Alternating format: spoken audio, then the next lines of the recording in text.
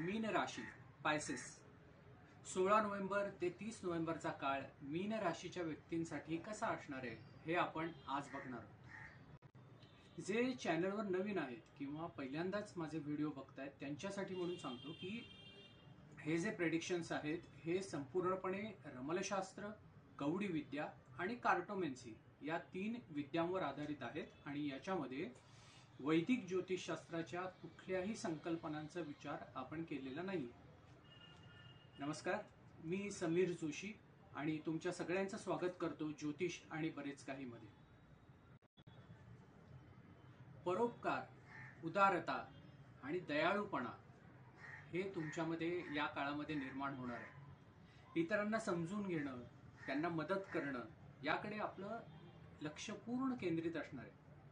यामुळे जीवनाकडे बघण्याचा एक सकारात्मक दृष्टिकोन तुमच्यामध्ये निर्माण होईल आणि तुम्ही अध्यात्माकडे जास्तीत जास्त आकर्षित व्हाल। इंट्युशन पॉवर तुमची या काळात खूप स्ट्रॉंग असणार आहे। मग अशी व्यक्ती ऑटोमॅटिकच उत्तम श्रोता बनते आणि हेल्पफुल नेचरचे होतात, नम्र असतात। परंतु या काळात या सगळ्या गोष्टींची अतिशयोक्ती मात्र होणार नाही याची काळजी घ्याल, तर लोक त्याचा गैरफायदा घेतात। आर्थिक परिस्थिती बघायची झाली तर अतिशय मजबूत आर्थिक परिस्थिती इथे दिसतीये। तुम्हाला फायनान्शियली यश मिळणार आहे आणि मटेरियलिस्टिक सुख पण भरपूर प्राप्त होणार आहे आणि हा पैसा विविध मार्गाने अनेक सगळीकडून म्हणतात ना, दशदिशांनी पैसा तुमच्याकडे या काळात येणार आहे। परंतु त्याचं तुम्ही योग्य प्रकारे नियोजन करा।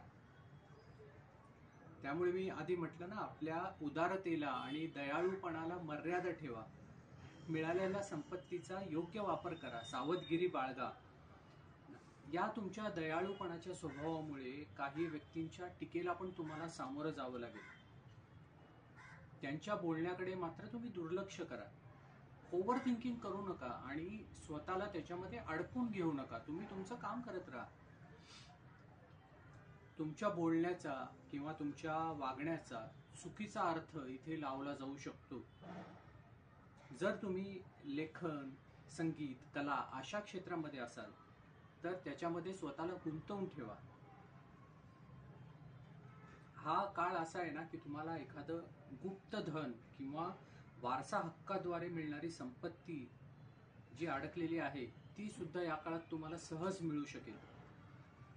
तुम्ही जर सायकोलॉजी, मानसोपचार, बँकिंग, फायनान्स किंवा लॉ, ॲस्ट्रॉलॉजी, विमा अशा क्षेत्रामध्ये काम करत असाल तर तुम्हाला भरभरून यश या काळात मिळणार आहे। कुठलाही अतिशय संवेदनशील विषय असेल ना तर त्याच्यावर पटकन तुम्ही रिॲक्ट होऊ नका, आपलं मत मांडू नका, नाहीतर लोक त्याचा चुकीचा अर्थ काढतील। इथे थोडासा स्मार्टनेस आणि मॅच्युरिटी दाखवण्याची गरज आहे। तुम्ही जर अविवाहित असाल तर कुटुंबाचा आणि परंपरांचा आदर करणारी, तसेच एस्पेशली रिअल इस्टेट किंवा इंटिरियर डिझायनिंगमध्ये काम करणारी अशी व्यक्ती, असा पार्टनर तुम्हाला या काळात मिळू शकेल। दैनंदिन कार्याविषयी बोलायचं झालं तर आपल्या दिनचर्येत फारसा सतत बदल करू नका। बदल करण्यापेक्षा ना त्याच्या स्थिरतेला तुम्ही जास्त महत्त्व द्या। कालांतरानं तुम्हाला त्याच्यात अतिशय चांगलं फळ मिळेल। आता आपल्या तब्येतीची काळजी घेणं ही तितकंच महत्त्वाचं आहे। ते म्हणतात ना, precaution is better than cure. तर आपल्या तब्येतीची योग्य काळजी घ्या। आपल्याला गळ्याशी किंवा घशाशी संबंधित असा काही विकार या काळात होण्याची शक्यता आहे। त्याच्यामुळे तसं काही तुम्हाला जाणवलं की घसा दुखतोय, काही त्रास होतोय गळ्यामध्ये, तर तुम्ही लगेच डॉक्टरची भेट घेऊन त्याच्याकडनं योग्य ती तपासणी करून घ्या आणि योग्य ते मेडिसिन्स वेळच्या वेळी घ्या। त्याच्यामुळे जास्त त्रास तुम्हाला होणार नाही। लकी डे तुमच्यासाठी आलाय बुधवार आणि लकी कलर तुमच्यासाठी आलाय ग्रीन।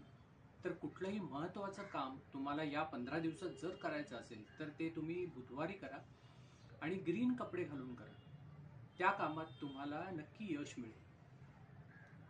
तुमच्यासाठी मेसेज असा आहे, शत्रूचे संभाव्य संकट दिसून येते, हनुमान चालिसाचा पाठ करा।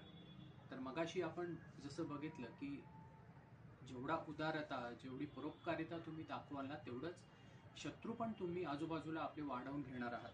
त्याच्यामुळे हे संकट टाळण्यासाठी हनुमान चालिसाचा रेग्युलर पाठ करा. त्याच्यामुळे सर्व शत्रू ऑटोमॅटिक दूर होतील, सर्व शत्रूंचा नाश होईल. हे विश्लेषण तुम्हाला कसं वाटलं? तुम्हाला जर आवडलं असेल तर व्हिडिओला लाईक करा. चॅनलला तुम्ही जर सबस्क्राईब नसेल केलं तर जरूर सबस्क्राईब करा. भेटूयात पुढच्या व्हिडिओमध्ये.